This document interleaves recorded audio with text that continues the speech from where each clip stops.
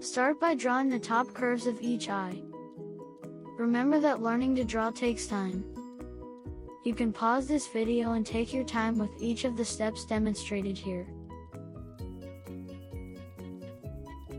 Now add the bottom of each eye with a flatter curve. Draw the outside of each eyeball.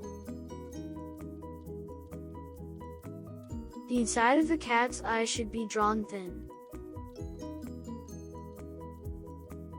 Add little circular highlights to each eye. Now shade the cat eyes in with color. Take a look at the link in the description for super valuable resources. Thanks for watching.